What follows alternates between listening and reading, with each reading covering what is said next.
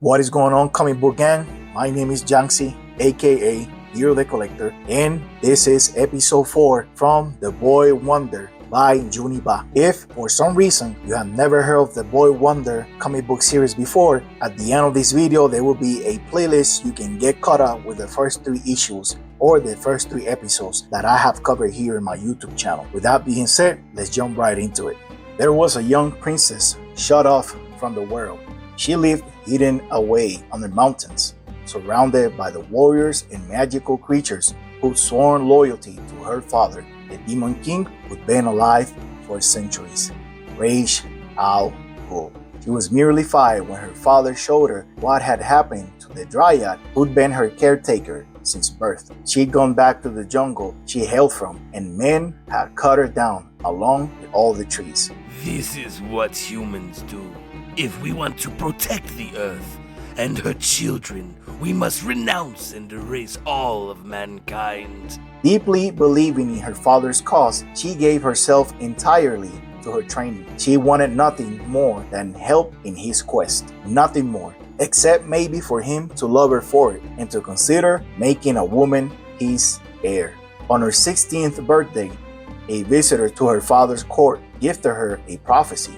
He said, "Thy life shall be as this cup and go through 3 trials. One will shackle it, one will dent it, and one will mend it." It matters not what happens to me. As long as my father's cause prevails, I shall devote myself to him.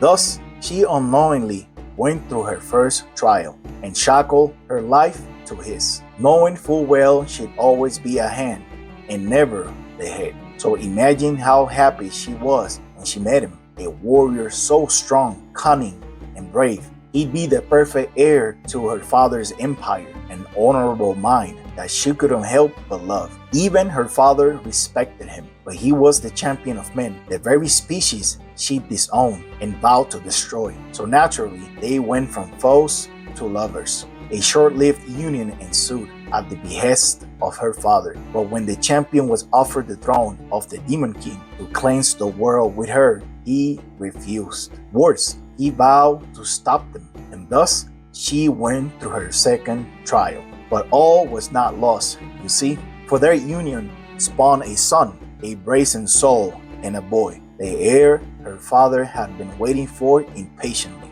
She could finally fulfill his dreams and ensure the longevity of their fight through a son she raised and doted on diligently. For years, she molded him into the heir she'd never be allowed to become and showered him with all her love and affection. She too placed great hope in this boy, but she felt it brewing. The cup the jinn prophesied felt hollower every year. But why? She shouldn't be fulfilled, or should she? She'd spent her entire life fulfilling the designs of another. She was so young when she met the champion, when she had her son. Did she want all these things, or did she want them to please an increasingly cruel father? How to even be sure? How to know what you truly seek and what you feel as weight because it was forced on you? She had to start over, rebuild from the beginning. So she sent her son away to live with his father, thinking at least he'd be safe, even if it tore her heart out. And she came back to her father's court, ready to take hold on the cause she so believed in, focusing on the only thing she knew she had no doubts about. Her father had used his Lazarus pits, pools of magic water, to keep himself alive for centuries, but the water slowly stopped affecting his body and now affected his mind. He was aging. The need for an heir was pressing. It would be her. She had let the cups be shackled and dented by others. She mended herself. But not even a year later, her son came back, lured by her father's schemes. The boy was now at his mercy, ready to receive the punishment one gets when they fail the demon's head. She'd sent her son away because she no longer knew how he fit into her life, and that choice might have endangered him even more. Unless... Pick it up, or do you fear Blade's bow too? I don't want to kill anyone. Kill? You presume to have the ability to even scratch me? The sword is not to chop my head off. It is to prove you still have the will to keep yours. Unless you're ready to die honorably. But the prince wasn't just going to let his grandfather execute him. Ah, there it is. The demon I raised. Grandfather, I really don't want any of this. Suddenly, the demon had an entire audience present and watching. Among the onlookers, he spotted the demon's very own, his protector and mother, Talia al-Ghul. The prince tried to plead to Talia's motherly nature. Talia just looked the other way, regrettably so. We gave you strength, education, and a cause. Enough to have you take after me as the head of the demon. We all here are dedicated to a new world, free of corruption and of those who pillage both its resources and the lives of the weak. And yet your mother sends you to your traitor of a father, a man who elected to use his gifts to maintain the very status quo we aim to eradicate. Not only that, I hear you washed your hands of all we taught you to espouse the ideas of the status quo yourself. To say I'm disappointed with you would be an understatement. The demon batters his grandchild away. The prince bounces away just to get a hold of himself right before he fell off the demon's stage. I'm getting wary, grandson. I place great expectations on you. But here you are, betraying them and tossing them away for the comforts of a silk pillow and the empty words of a capitalist dog. But there's still some use for you. The second option, should you disappoint, the rock bird sent me enough bodies to fuel my Lazarus pit, and the spell to put my soul into your body. Soon I'll continue my great work in a new, youthful shell that will last me several centuries. What? That's not... Silence, Talia! Father, that wasn't the plan. You always said not to put one's individual self at the center of things.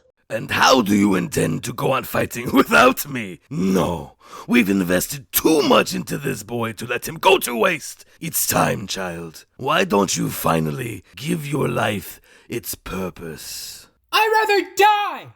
The prince let go of his grip. He'd rather fall into the abyss than to submit himself to the demon's head. Under his mother's eyes, he'd perform a feat of great bravery, facing the scariest entity he knew. He was now entering the dark, not knowing that soon he too will go through his own trials. In the pitch of darkness, a voice rises to haunt the young prince. Damian, wake up, kid. We got to talk. But first, looks like they found you. The soldiers of the demon caught up with the prince and a battle ensued, right there in the abyss. While Damian's focus was mainly on fighting through this darkness, the darkness from within himself kept his mind rather occupied with the return of that voice. Your mind is much more open here. I can see it all. The memories of an angry little boy. Poor kid who just wanted to be good enough for his mommy. To love him, but she was slaving away for that demon. If I can save her from all this, we'll be free. Really? Silly kid. All this for her to end up leaving you with a daddy you want to impress. So he wouldn't ditch you, but you only disappointed him even more. You're on your own. Those words cut deep.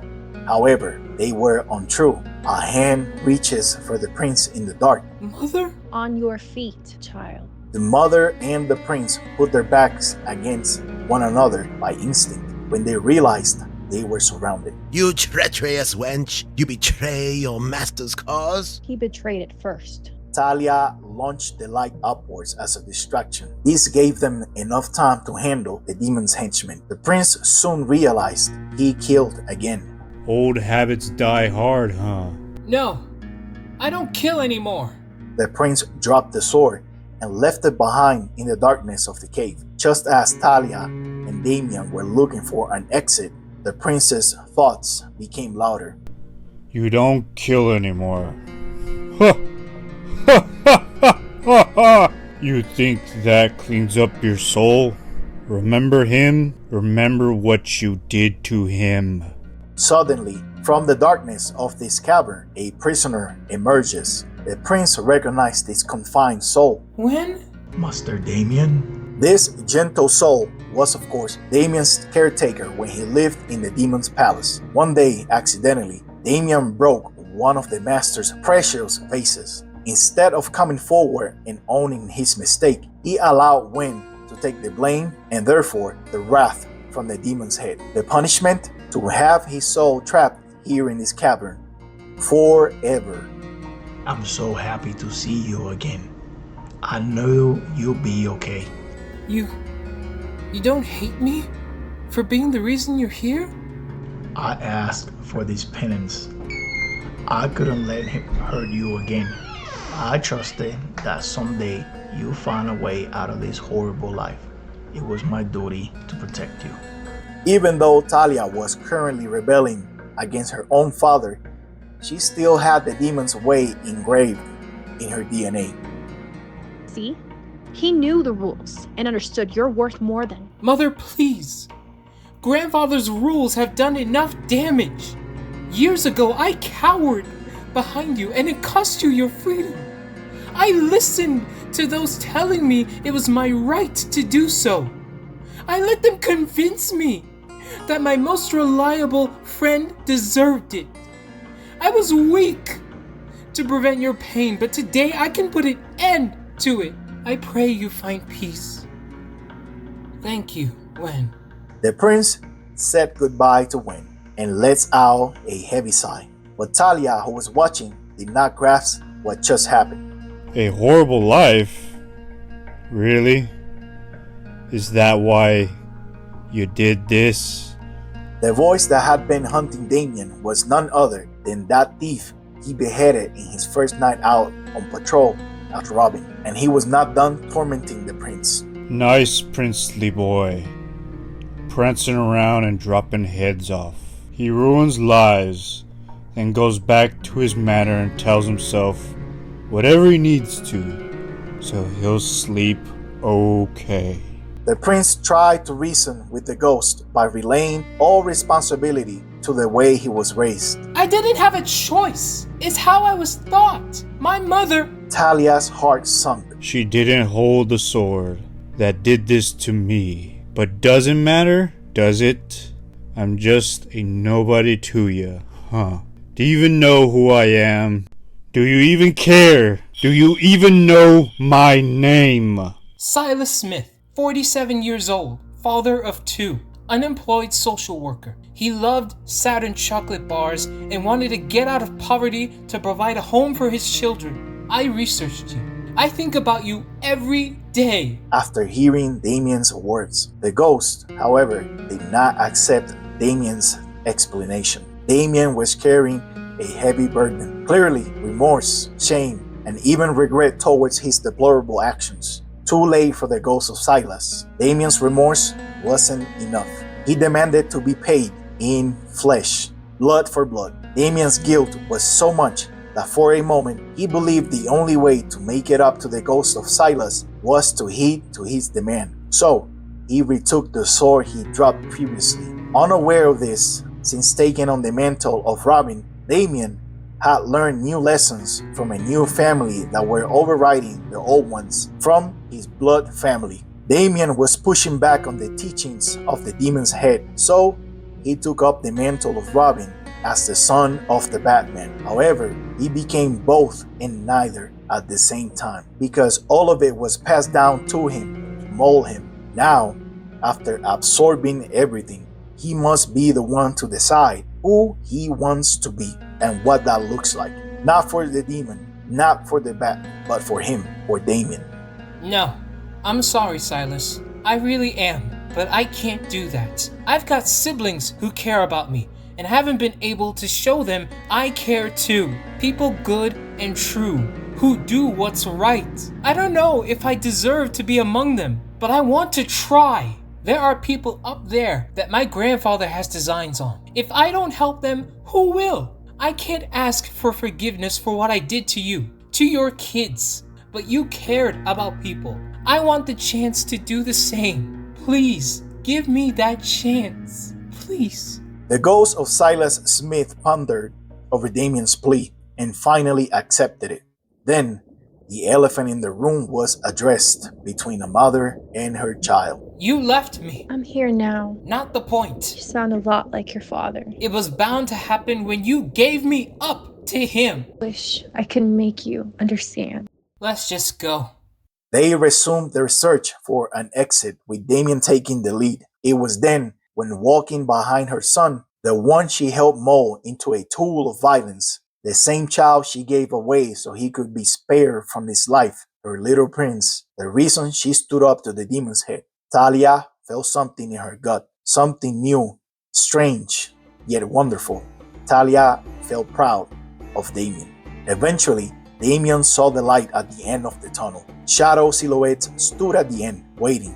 But Damian would not be deterred. He climbed his way out of his own darkness, so he was going to climb his way out this cave too, but with caution, sword in hand on the ready. Suddenly, Damian's feelings of relief kicked in. There was no henchman at the end of the tunnel. Quite the contrary. It was none other than Damian's newly found family of bats who came to his aid. As society evolves and progresses, things change. Same logic applies to families. What was okay, normal, or accepted in the past generations, it's viewed in a different light today. Due to whatever reason you want to insert there, science, morals, values, history, things change, and for the better, or at least that's what we hope for.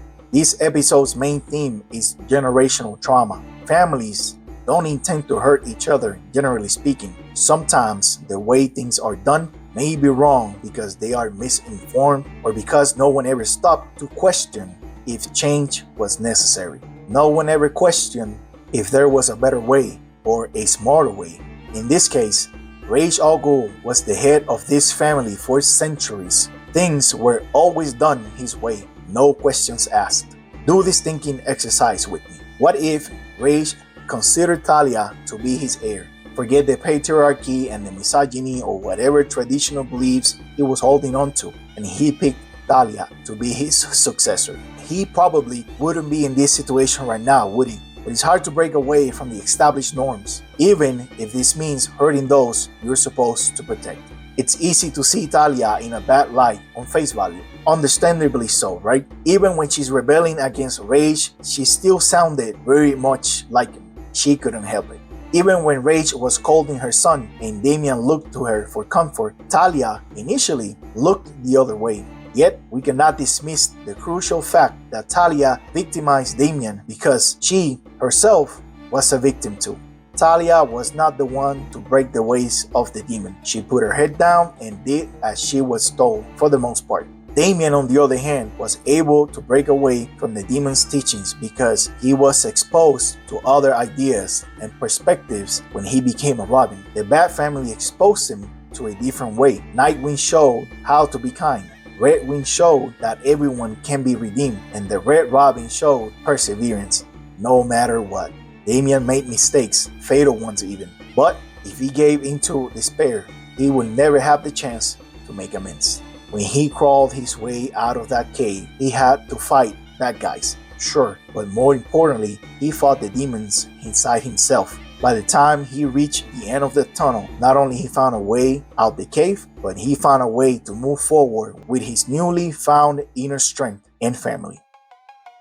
And before I go, let me give a special shout out and most sincere thanks to the friends and content creators who helped me making this episode with their amazing voice acting skills. The voice of Ra's al Ghul is from none other than my friend Nerd Twin, The voice of the Jinn and the Henchman was by the incredible Juan Reads Comics. The voice of Silas the Ghost was by the Uncanny Rome's Guide. The voice of Damian Wayne, aka Robin, is by the talented Mr. Blue. And finally, the voice of Talia Al Ghul is from the always lovely My Wife on Sanity Collective. Check the description for their socials and channels so you can check out their content as well. And with that being said, my name is Jancy, aka Heir of the Collector. I want to thank you for watching. You have a blessed day, and remember to read more comics.